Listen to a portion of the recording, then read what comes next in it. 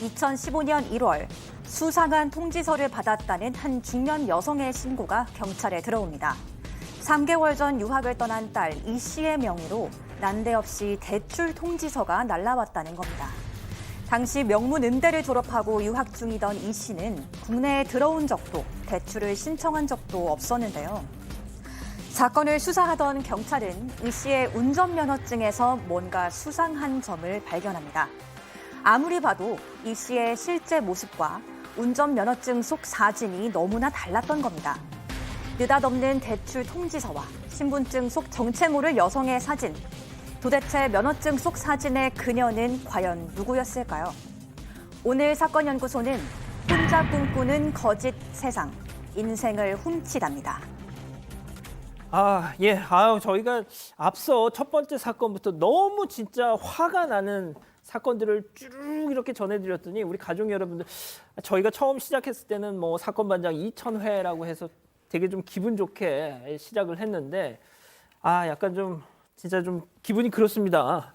자, 일단 유학을 떠나 있는 딸의 명의로 신청한 적도 없는 대출 통지서가 날라왔다. 좀 알아봐야 되겠네요. 네, 2015년이었는데요. 수상한 대출 통지서를 받아들었다는 한 중년 여성의 신고가 들어왔습니다. 딸이 명문대 음대를 졸업하고 3개월째 해외 유학을 가 있는데요. 그 이 씨, 딸의 명의로 난데없이 대출 통지서가 날라왔다는 겁니다. 그 신고한 중년 여성은 딸이 대출을 신청한 적도 없을 뿐더러 유학을 떠난 이후는 한 번도 국내에 들어온 적이 없다고 말을 했는데요. 실제로 경찰이 출입국 기록을 조사를 해봤지만 이 씨가 국내에 들어온 기록은 전혀 없었습니다. 해외에 체류하는 사람이 국내에 방문하지 않고 대출을 받는 건 거의 불가능한 일이기 때문에 너무나 수상한 일이었습니다. 대출 얼마나 받은 건가요? 600만 원을 제2금융권에서 대출을 받았다라고 하는데요. 거기서 끝나질 않아요. 대출 받기 전에 휴대전화도 새로 개통을 했다라고 하고요. 통장과 카드도 만들었답니다. 아니, 국내에 있지도 않은 사람이 어떻게 이런 일을 했을까? 그리고 그 카드 이런 걸 이용해서 동네 마트에서 좀 장도 본 흔적도 있고 휴대전화로 소액 결제도 이루어졌다고 합니다. 그러니까 바로 이 의아한 점이 이겁니다. 보통 뭐 남의 명의로 통장까지 개설하고 뭐 대출까지 땡길 거면은 진짜 목돈을 땡기는 거잖아요. 자, 그런데 지금 들으신 것처럼 마트에서 소액 결제를 하고 일단 보니까 이거 뭐지? 싶었던 거 아닙니까? 그렇죠. 이제 다른 사람의 명의로 대출을 하려고 한다면 소위 얘기해서 대출 그 최대 한도까지 맞아요. 그걸 갖다 대출 받는 것이 이제 일반적이고요. 그리고 이제 이 카드라든가 이런 것들이 사용된 그 사용처를 보니까 그 동네에 있는 마트에서 뭐 장을 본다든지 또는 뭐 휴대전화 소액 결제를 한다든가 이런 것들을 보게 된다면 이 사건을 담당하는 그 수사관의 입장에서는 뭔가 이건 좀 앞뒤가 맞지 않는다, 이상하다라고 하는 것을 충분히 느꼈을 거로 봅니다. 범인의 정체가 더욱 궁금해지네요. 그렇죠. 경찰이 이제 결국은 이 신원조회를 꼼꼼히 하다가 운전면허증에서 수상한 점을 발견하게 됩니다. 뭐 주소라든지 주민번호라든지 뭐 그런 부분은 문제가 없는데 사진 부분이 조금 이상했던 것 같아요. 사진하고 얼굴이 좀 많이 달라가지고 뭔가 이상하다라고 판단을 했고 경찰이 이 신고자인 부모한테도 얘기를 했습니다. 확인하니까 엄마야 이거 제 딸 아닌데요라고 얘기를 했다고 합니다. 사람이 달랐던 거예요. 그럼 누구예요? 그 면허증 속 이 사진. 네, 경찰은 이 씨 명의로 된 신용카드의 사용 기록을 조회해서 가장 최근에 사용된 마트로 찾아가서 카드가 결제된 그 시간대의 CCTV를 돌려봤습니다. 그렇죠. 그랬더니 한 여성이 계산을 하고 있는 모습이 포착된 겁니다. 이후에 그 인근의 CCTV를 모두 분석해서 그 여성 용의자의 동선을 추적한 결과 용의자의 신원은 30대 여성 김모 씨로 특정됐습니다. 양 변호사님, 이 정도면 그냥 쉽게 잡혔겠네요. 쉽게 잡았어요. 예. 일단 그 김씨 집이 나오니까 김씨 집을 찾아갔더니 웬 중년 여성이 나와서 경찰이 이거 김모 씨 집 아닙니까? 라고 그러니까 맞는데 딸인데 지금 집에 없다라고 처음엔 그랬대요. 근데 이제 경찰에서 좀 자초지종 설명하고 사건 수사 중이라고 하니까 집 안에 들어가기 위해서 뒤져보니까 장롱 안에 젊은 여성이 웅크리고 있었던 거예요. 게다가 임신한 몸이었습니다. 박 변호사님. 네.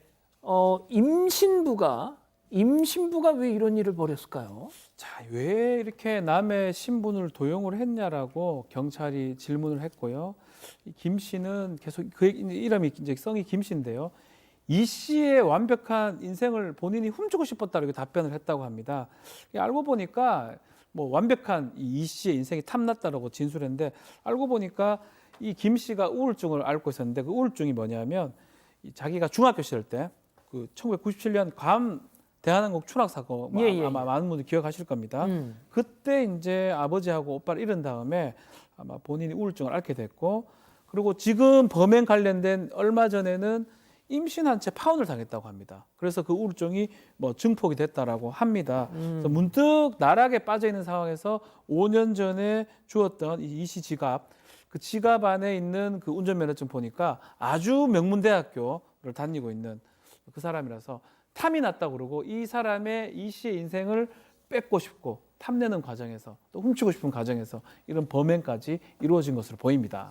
야, 이거 듣고 보니까 요즘 그 OTT 그 드라마 안나라고 있잖아요. 그 수지 씨 나오는 그 약간 그 드라마 좀 비슷하네요, 진짜.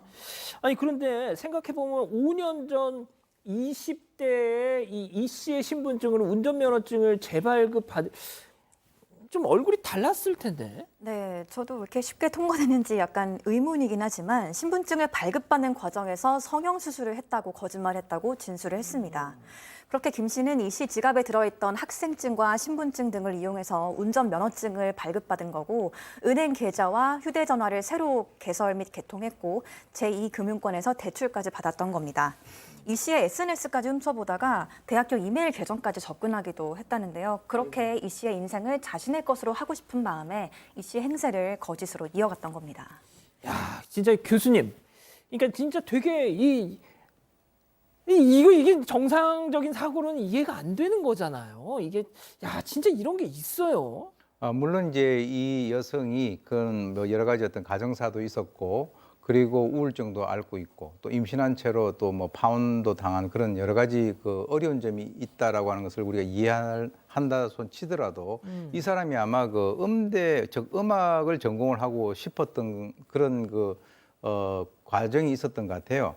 그런데 딱 자기가 주웠던 그 지갑에 보니까 명문대 음악생. 그러면 내가 이 사람이 되면 얼마나 좋을까라고 하는 그런 그 나름대로의 생각, 엉뚱한 생각이긴 한데 그런 생각을 갖다가 한 것이죠. 그래서 이제 그런 것을 통해서 내가 이 사람의 인생으로서 만약에 산다면 자기가 가지고 있는 어떤 그 열등감이라든가 그리고 이제 현재의 어떤 상황에서 현실 도피를 하고 싶은 그런 마음들이 이제 그 아마 동력이 된 것 같은데 실제로 자기의 삶은 자기 것이고 아무리 좋아 보인다 하더라도 다른 사람의 삶은 다른 사람 것인데 그것을 본인이 인식을 못했던 것이죠.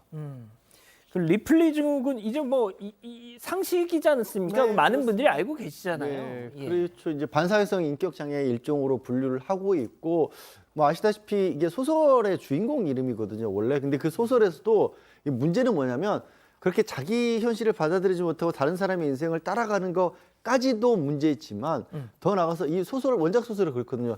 진짜를 해쳤습니다 소설에서. 아, 맞아요. 자기가 그 자리를 차지하고 싶어서. 그래서 다른 식으로도 또 범죄로 이어질 수 있기 때문에 이거는 빨리 고칠 수 있다면 고쳐야죠.